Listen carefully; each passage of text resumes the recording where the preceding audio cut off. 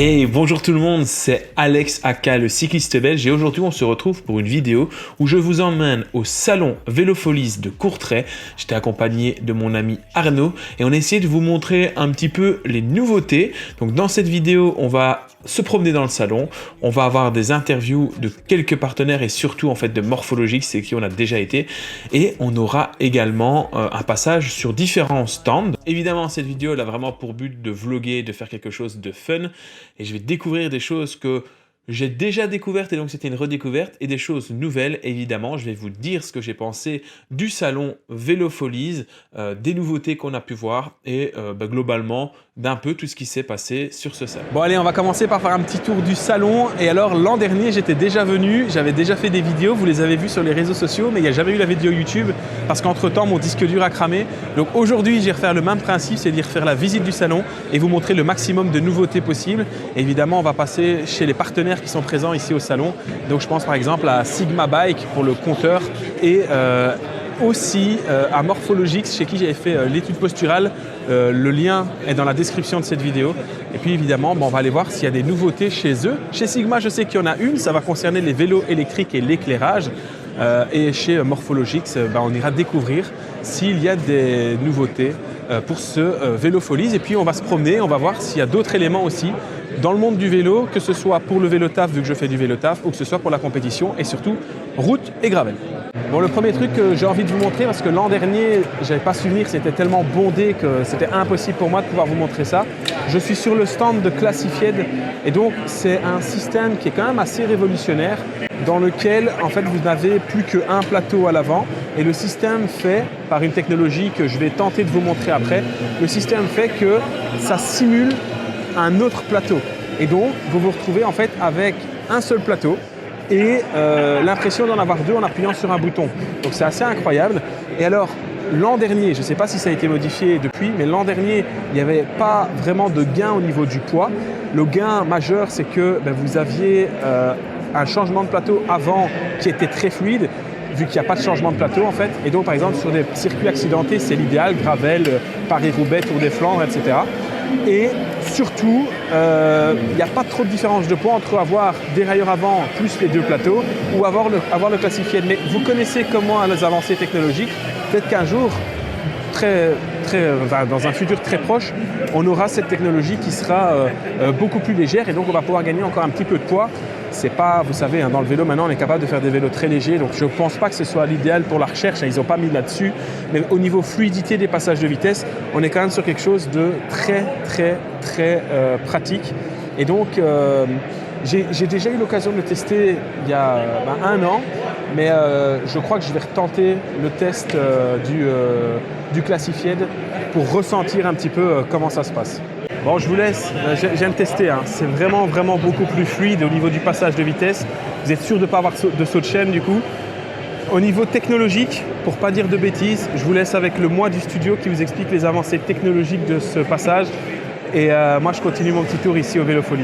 Alors me voilà dans le studio à froid, je me suis renseigné un petit peu plus sur le mécanisme tout simplement de Classified et j'ai pas compris grand chose parce que c'est quand même très technique, même voire très technique, mais il faut comprendre en fait que c'est dans le moyeu arrière de la roue que ça se passe. En fait ils ont cassette, body, moyeu, ils ont tout fait eux-mêmes et en gros je vous affiche la photo. À l'intérieur de ce moyeu, vous avez la possibilité, avec un crantage, de choisir un crantage un peu comme le plateau avant, plus petit ou plus grand. Alors, je vulgarise beaucoup et honnêtement, je ne pourrais pas aller beaucoup plus loin dans l'explication parce que c'est quand même très compliqué. Allez checker, peut-être qu'il y a des ressources quelque part, mais honnêtement, j'ai pas trouvé plus d'infos là-dessus.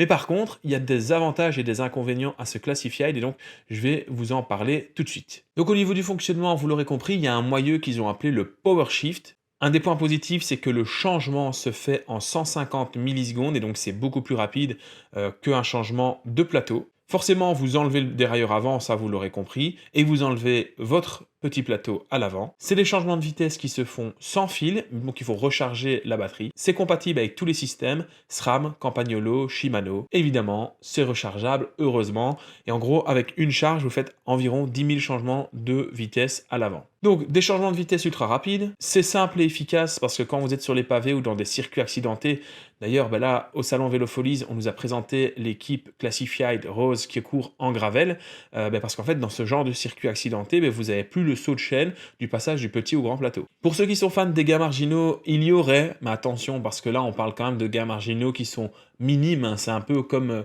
les moyeux en céramique ou alors les roulements en céramique. Bon, voilà, ça, il y a dû apprendre et à laisser. Au niveau de la pénétration dans l'air à très haute vitesse, forcément, le fait qu'il n'y ait pas le dérailleur et qu'il n'y ait pas non plus de deuxième plateau, vous gagnez en aérodynamisme. Après, honnêtement, à mon niveau, je suis pas sûr que ce soit hyper efficace. Il y a peut-être d'autres trucs à travailler avant d'aller voir là-dedans. Évidemment, un peu comme chez Shimano avec le DI2, avec l'application, vous pouvez modifier le changement de vitesse pour le personnaliser comme vous le souhaitez. Alors, il y a quand même des points négatifs avec ce système Classified. Déjà, c'est que ça coûte très cher pour ce que c'est. Enfin, c'est très sympathique. Je l'ai testé là. C'est chouette, mais ça coûte quand même cher. Au niveau de la technique, c'est très complexe. Je crois que vous l'aurez remarqué parce que pour expliquer comment ça fonctionne, je suis déjà perdu. Alors imaginez réparer ça. Alors évidemment, il y a des gens qui sont spécialistes là-dedans, mais pour la réparation, il faut certaines pièces très précises et il faut des techniques très précises et donc c'est pas si simple que ça à entretenir et à réparer. Le problème c'est l'autonomie, même si c'est long, hein, 10 000 changements de vitesse, on a le temps de voir venir, mais quand même c'est encore quelque chose à recharger sur le vélo et il faut pas oublier de le recharger, autrement vous vous retrouvez sans changement de vitesse à l'avant. Au niveau du poids aussi, c'est pour le moment, et c'est ce que je disais dans le salon, un peu plus lourd que votre changement de vitesse actuel avec plateau dérailleur. Voilà. Après, je sais que pour le moment, on sait faire des vélos avec des cadres et des composants qui sont ultra légers, donc c'est peut-être pas grave de perdre un petit peu de poids là-dedans, mais c'est plus lourd qu'une transmission classique. Et évidemment, en cas de casse, certains disent que la disponibilité des pièces n'est pas toujours simple à avoir, qu'il faut parfois attendre longtemps, et donc ça rend votre vélo indisponible jusqu'au moment où les pièces reviennent. Après, ça casse pas souvent, d'après ce que j'ai entendu, c'est très solide. Alors moi, je peux pas vous faire un retour d'expérience sur la durée, hein, je serais ravi de pouvoir utiliser cette transmission Classified, mais du peu que j'ai utilisé, c'est-à-dire un test en conditions réelles sur route pendant quelques allers-retours, et le fait de le retester ici au Vélofolies, c'est génial. Comme ce que je disais dans le salon, en fait, ça change instantanément. Vous avez vraiment... c'est même spécial, c'est tellement fluide que ça en devient incroyable. Forcément, vous n'avez pas les sauts de chaîne, etc. Donc ça, c'est un deuxième point positif. Mais je trouve que la différence qui existe entre le petit plateau et le grand plateau, hein, pour parler comme ça, est pas énorme. Donc moi, par exemple, ici, j'ai un 39-53. Je pense même mettre peut-être un 40-54 pour faire mes courses ici toutes plates en Belgique. Et donc, j'avais l'impression que la différence qu'il y a entre le petit plateau et le grand plateau n'est pas si énorme que ça. Bon voilà, j'ai bien mangé. Maintenant, on va aller faire un petit coucou à nos copains de chez Morphologix qui vont nous présenter les quelques nouveautés qui existent sur l'étude posturale Morphologix. Et donc, on va vous montrer tout ça. Il y a William qui va vous raconter tout ce qu'il y a à savoir sur la marque. On ne va pas revoir tout parce que j'en ai déjà fait une vidéo dédiée avec ce qui était déjà connu auparavant. Donc je mets le lien dans la description, vous pouvez regarder l'étude morphologique, l'étude posturale de base. Et là, on va donc aller vous montrer les nouveautés. Il y en a deux. Il y a le fait qu'il y ait maintenant, en plus de l'étude posturale classique, ils font une vérif en mode étude posturale dynamique avec les caméras. Et le deuxième truc, c'est qu'ils font aussi une étude posturale au niveau du placement des prolongateurs. Et donc, je vais vous faire découvrir tout ça. Et puis, évidemment, on ira voir Sigma, on ira voir le stand Van Rissel que j'aime beaucoup et que vous appréciez aussi. Et on ira rencontrer les différentes conférences, on va voir les différentes conférences. Et il y en a une qui me tient à cœur, c'est celle des sprinters.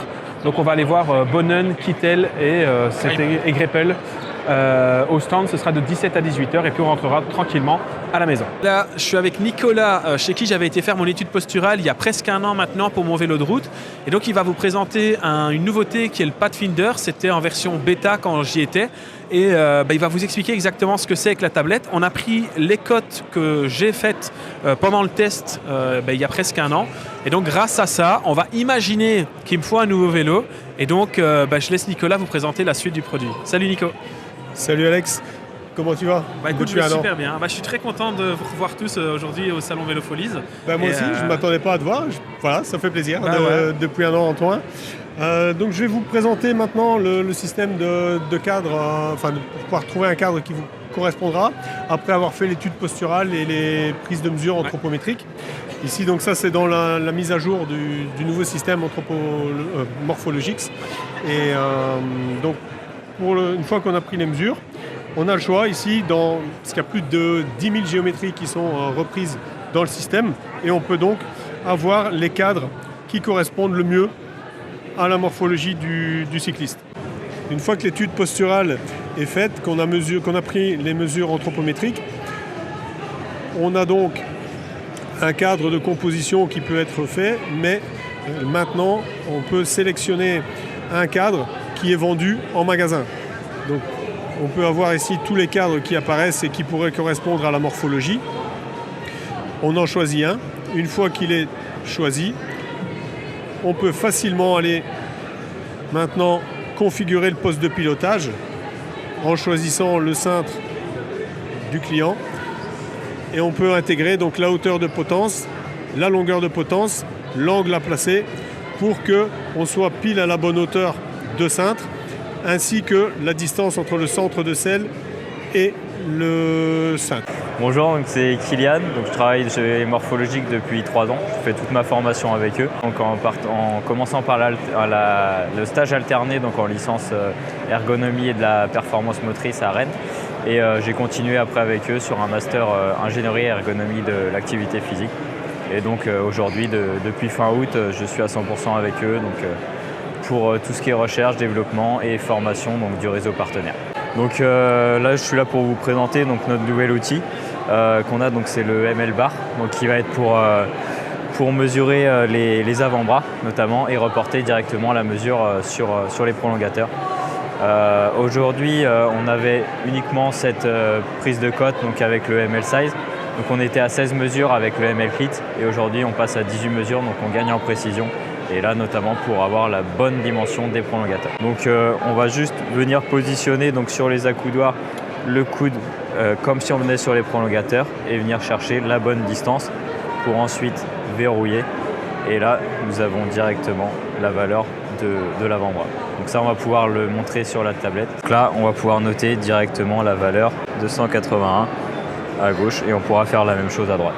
Et donc du coup pour le report directement sur le vélo de code des prolongateurs, on va pouvoir se positionner sur l'axe des accoudoirs ou bien on va reposer le coude, positionner le ML bar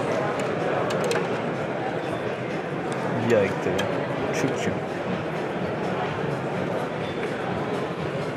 Et donc après ajuster avec le laser ici, donc là dans l'occurrence sur ce modèle là il faudra raccourcir pour avoir le bout des prolongateurs à ce niveau là.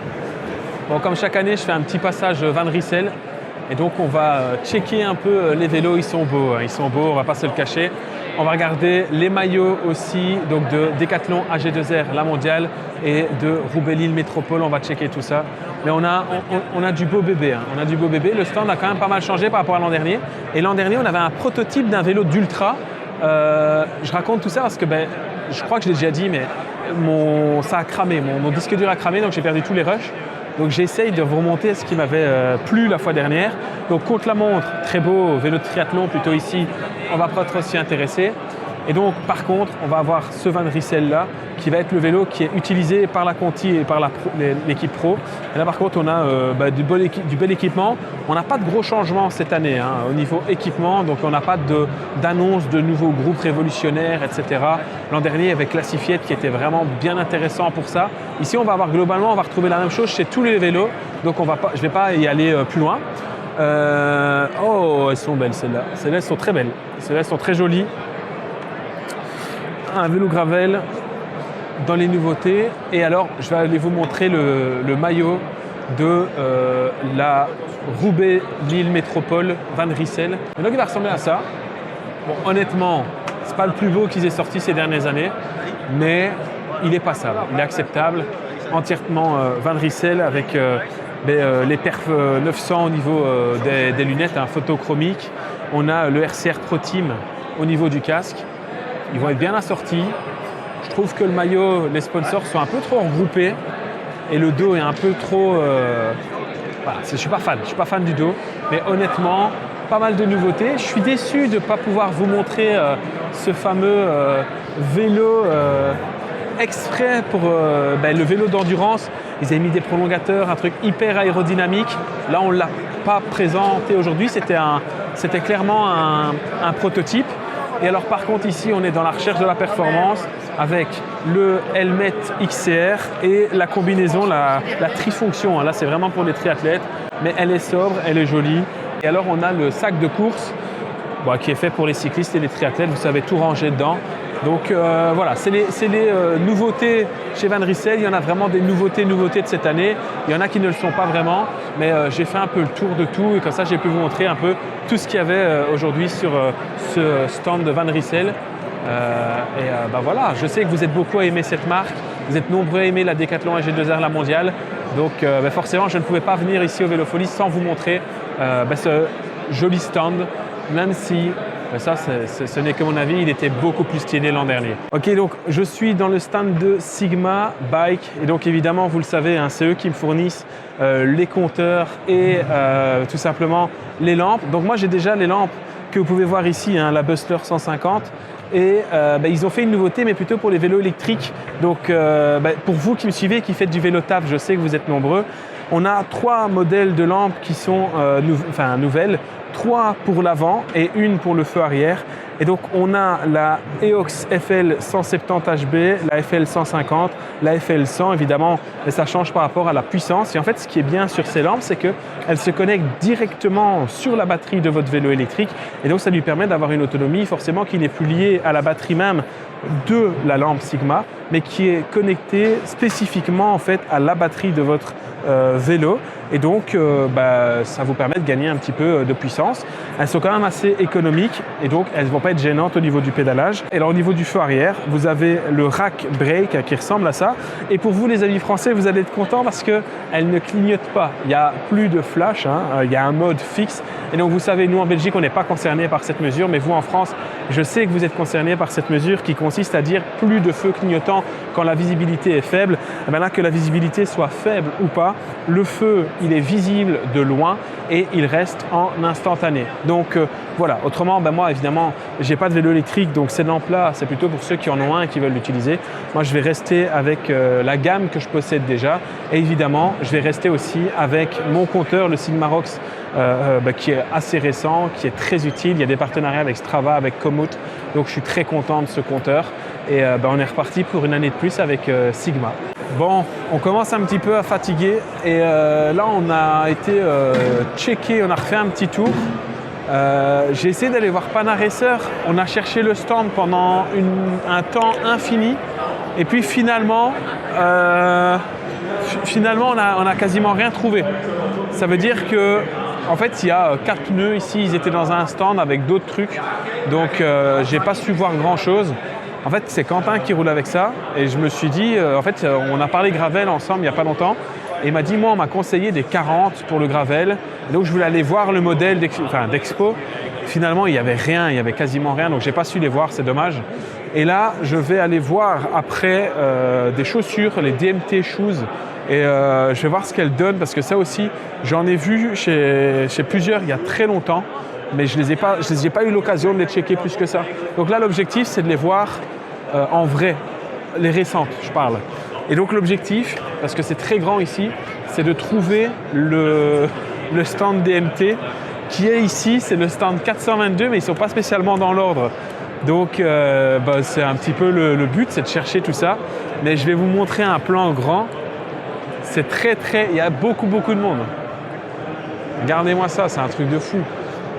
En fait, c'est gigantesque. Donc, on trouve DMT. Je regarde les chaussures.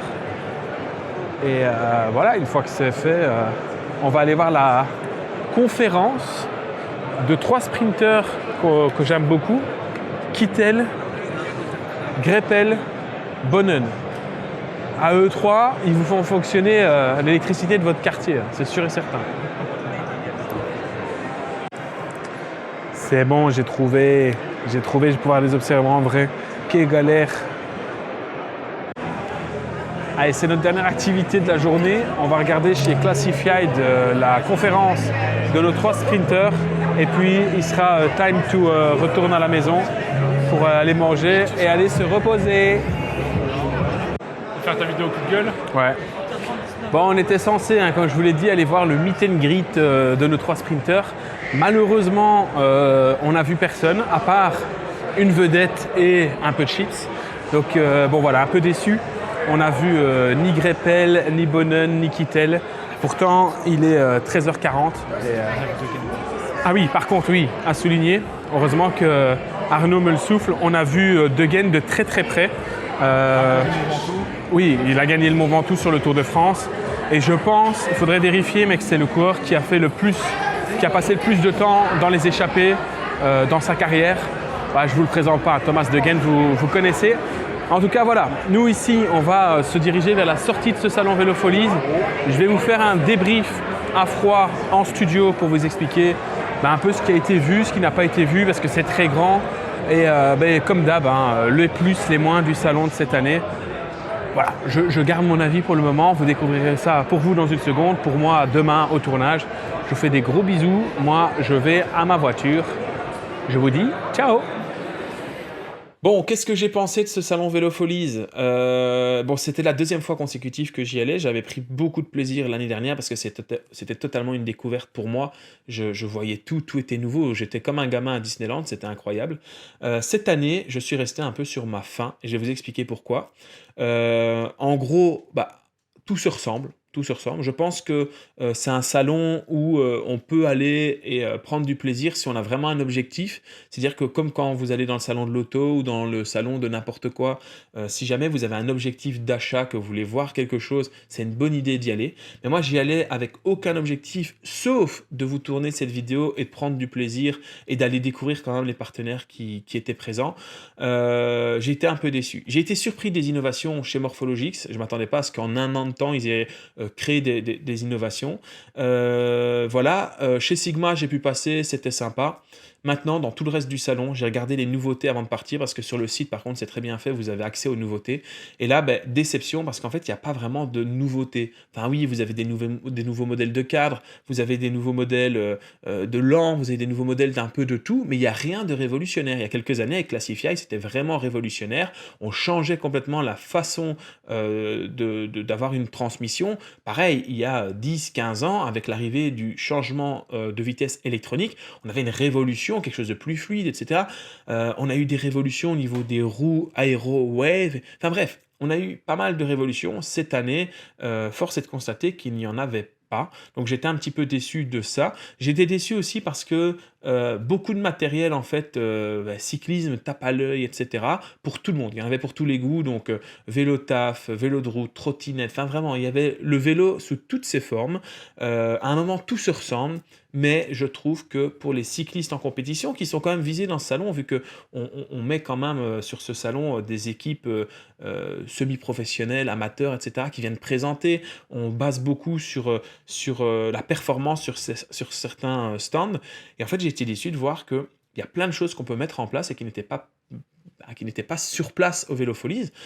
Pour les sportifs, alors évidemment, il y avait Morphologix avec son stand qui permet de faire les analyses posturales, et ça, c'est le genre de truc que j'aime bien, mais j'aurais bien voulu voir, par exemple, une entreprise qui vient de présenter le fait de la cryothérapie, peut-être aussi de l'entraînement en hypoxie, aussi des gens qui viennent présenter plus en profondeur leur stage, les méthodes d'entraînement, enfin vraiment un salon un peu plus tourné performance et compétition.